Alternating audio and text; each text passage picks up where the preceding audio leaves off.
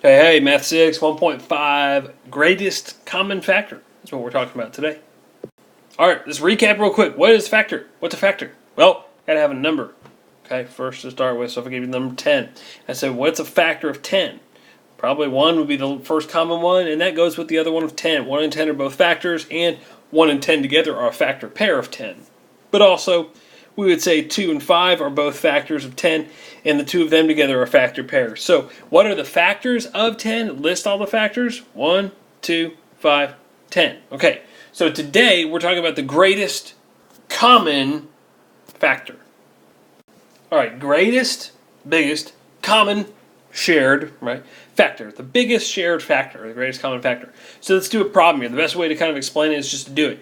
Let's find the GCF of 8 and 12. The greatest common factor of 8 and 12. GCF is the acronym we commonly use. So, well, what are the factors of 8? Before I can figure out what the greatest common one is, I better figure out what they are.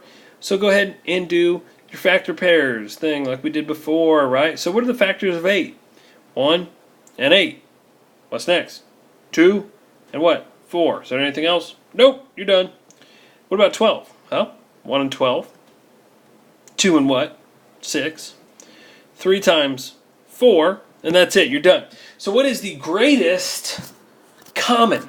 What's the biggest one that is shared? The biggest one that shows up in both lists? Is it 1? No.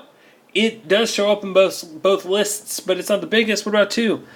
Yeah, it shows up in both, but is it the biggest? No. Why? Because 3 is the GCF. It is the greatest number that shows up in both lists. Alright, now I'm about to show you another way of doing it with the same numbers. Now, a lot of people don't prefer this way. It is helpful for very large numbers. For smaller numbers, it's easy to get confused because we already use factor trees to find prime factorizations, and we got to end there. But we can actually use it to find the greatest common factor, and I'll show you how. Make a tree for both 8 and 12. 2 and 4. That's prime, so circle it. It's done. 2 and 2. Prime, prime. You're done. 12. You could go 2 and 6. You could go 3 and 4. Let's do 2 and 6. Why? Because we can. 6 breaks down to 2 and 3. Those are both prime. And so we're done. So now what we do is instead of listing the factors, we list the primes that come from 8.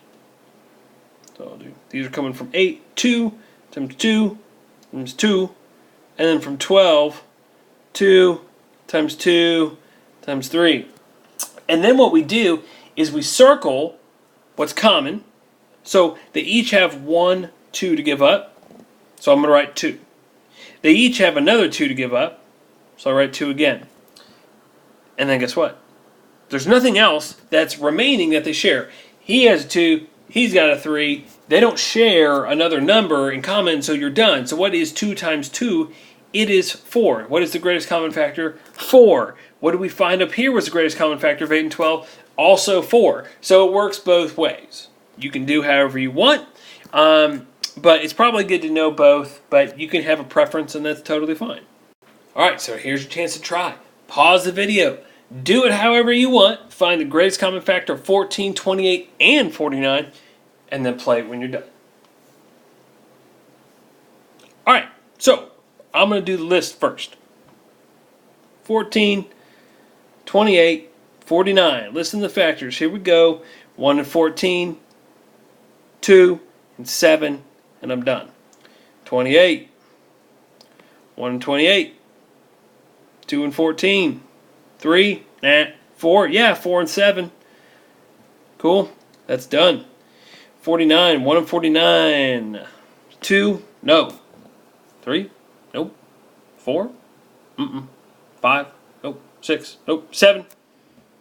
7 times 7. So you could write it twice if you want, or you could just write it once.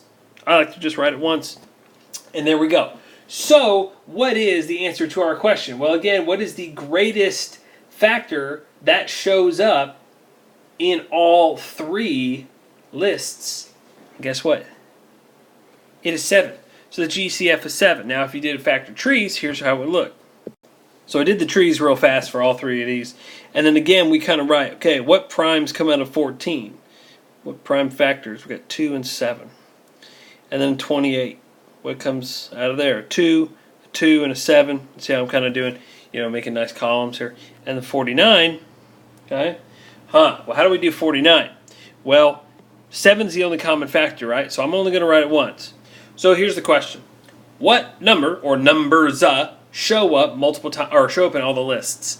In this case, 2, no 2s. 7.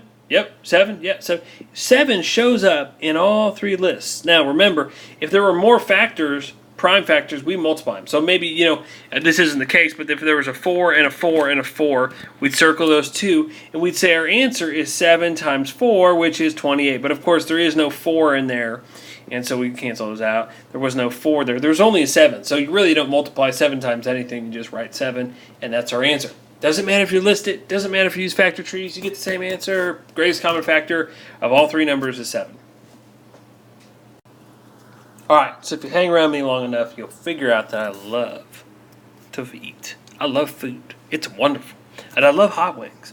So let's say that you and some friends go to Buffalo Wild Wings and you're going to order a huge plate of wings, celery, and, that should say ranch.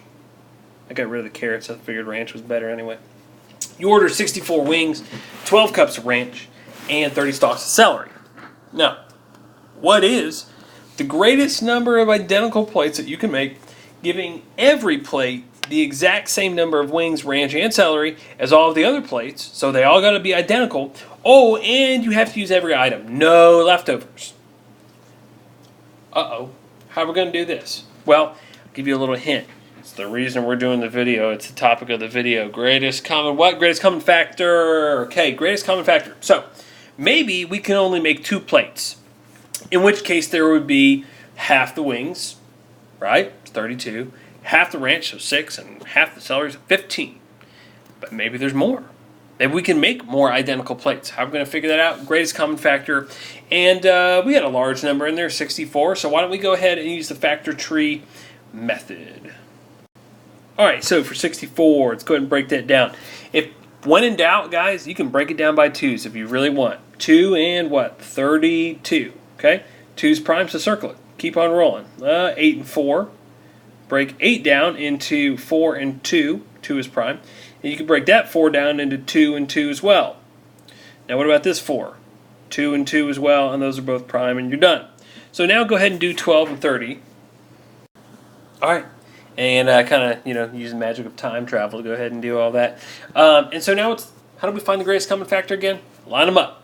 Okay, so 64. What are the primes that came out of 64? We had 1, 2, 3, 4, 5, 6 2s. So that's kind of cool. All 2s, 2, 2, 2, times 2, times 2, times 2.